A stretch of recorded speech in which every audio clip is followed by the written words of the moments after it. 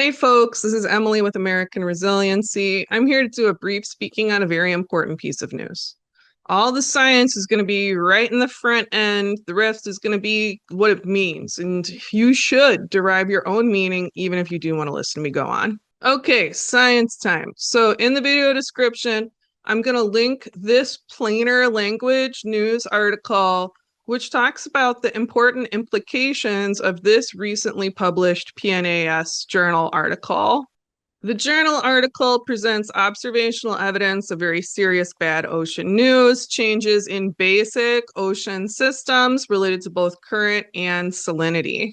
Based on other observational evidence, I have maintained that we are in a tipping point for ocean systems since March 14th of 2024, when I published Time to Get Weird, Bad Ocean News. I'm going to do more ocean reporting later so you can understand these ocean current systems and stuff. The ACC is a really important system to understand if you want to look at what changes are going to likely occur in all the world's oceans.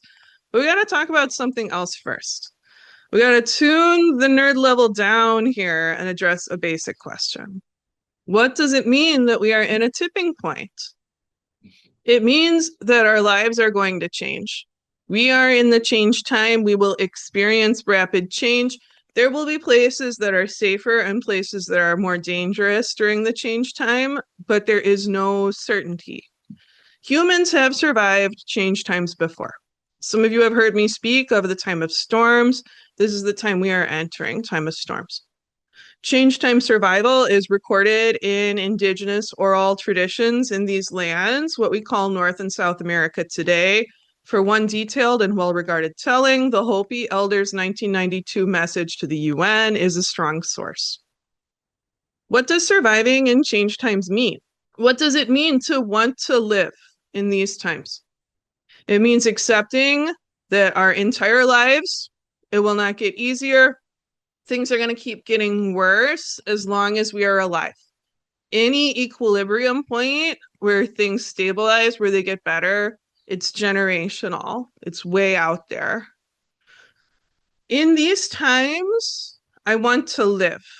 My life is lived thickly in relationship and not just to human beings. My days are filled with interactions with other beloved life forms, many of whom have homes because of the small-scale habitat restoration work that I've done the last 5 years.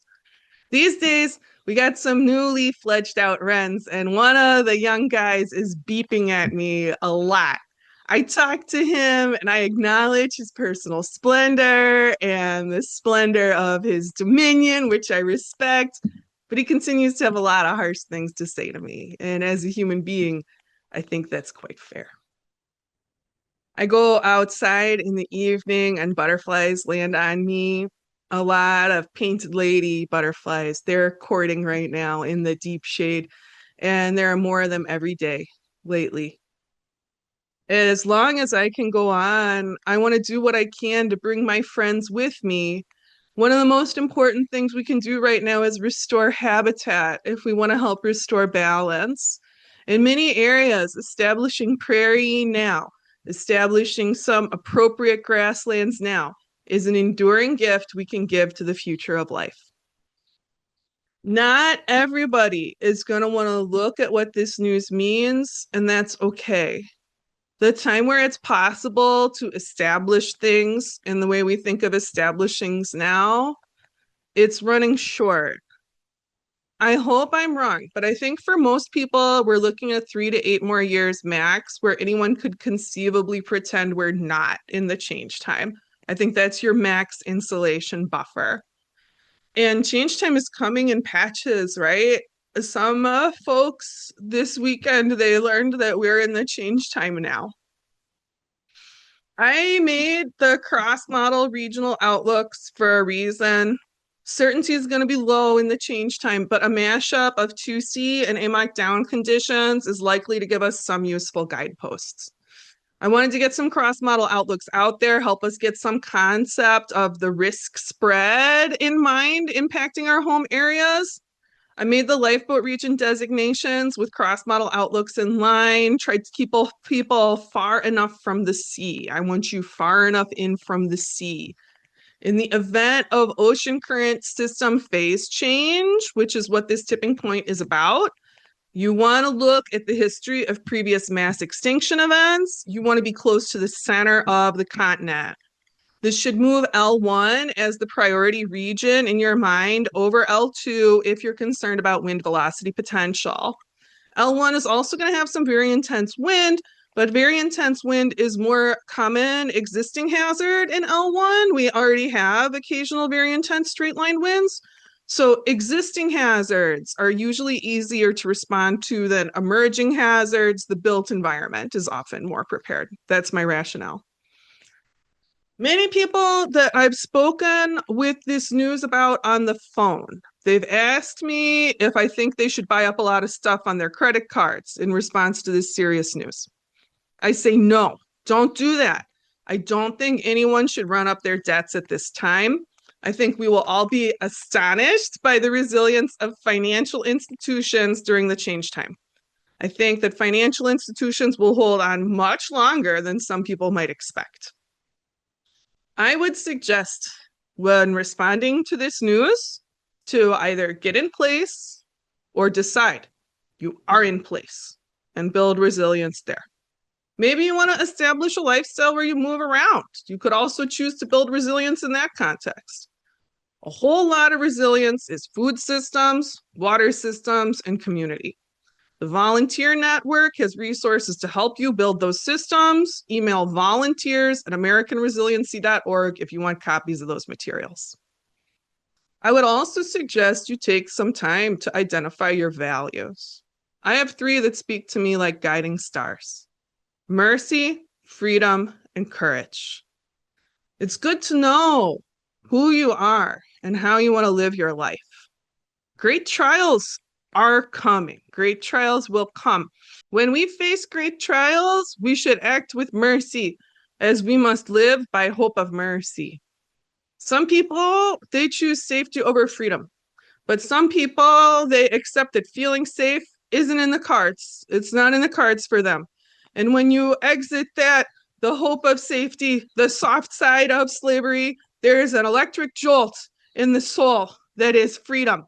And that's the spark that I must keep alive in my life, because every moment of my life for years now has been lived against the backdrop of knowing that I will see no promised land. And it takes courage to feel joy in all of that. I want to thank the many folks who have shown concern for me as I've been recovering from illness. Here's what happened. I was dumb. I went to a high altitude location. I didn't hydrate, and I immediately went hiking for a long time. I have reactivating EBV. I have like a mad scientist quality immune system. I always get an EBV flare when I go to the mountains because I'm dumb in the same way every time. I can't stop myself. Immediately hiking forever always seems like the only possible decision. I've adjusted to my lifelong stupidity. I've been living with this for like 20 years by having 100-degree plus fever whenever I go hiking in the mountains. That's just like, cool. Elisa, I will note, says that that's not normal behavior and is a good example of why I shouldn't be allowed to travel without an appropriate handler. So she might be right there. Because I was already like a walking mirage, I then also picked up a fast-moving staph infection. I had a doctor's appointment for last Monday, but that turned out not to be soon enough. I went to the ER when I had a sudden onset of confusion. I couldn't find the milk in the fridge, and I knew that said more about me than it said about the orderliness of my fridge. And of course, as a clinically confused person, I made the bad decision to drive myself to the ER, where before they even took my insurance, they got me checked out and pumped like a horse syringe full of antibiotics into my thigh.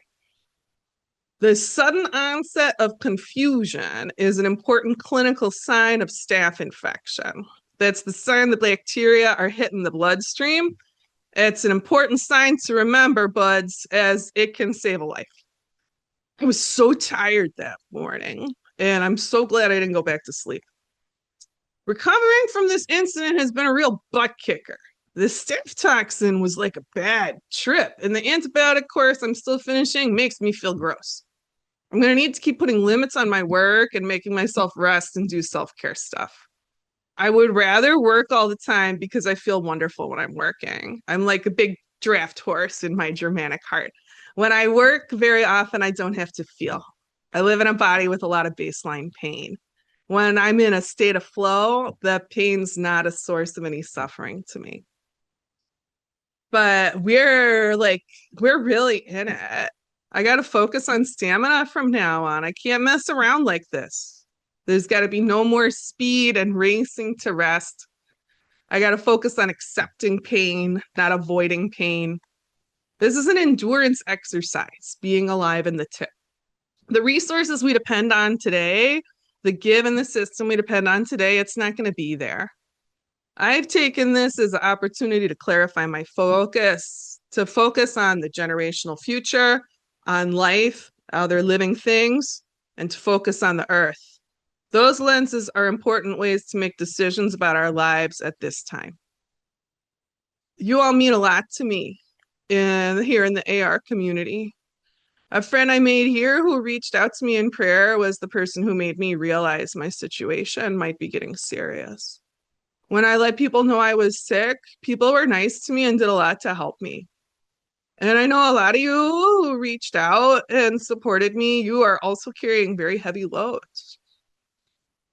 I want you to know it matters to me. I try to give you all the best information I can. I've been under the assumption we've been in the tip for more than a year. All the cross model work has been to help us in the event of the tip. I've tried to be clear that at this time, certainty is low, and I want to reiterate that message at this time. But we're going to do the best we can. And thank you for helping me to do this work. And I'm going to keep doing the very best I can for you. In these times, I wish you courage and the ability to feel joy. Folks, thanks for watching. The AR community here is the reason I'm here doing this work. I want to thank the donors, the volunteers, people spreading the word online, and people doing the work on the ground. This is big news we're dealing with this week, news with big implications for our lives. Please think about what matters to you. Think about what you would carry through the bottleneck if you could carry anything. This is the time to pick that load up. I'm encouraging you to take one step today.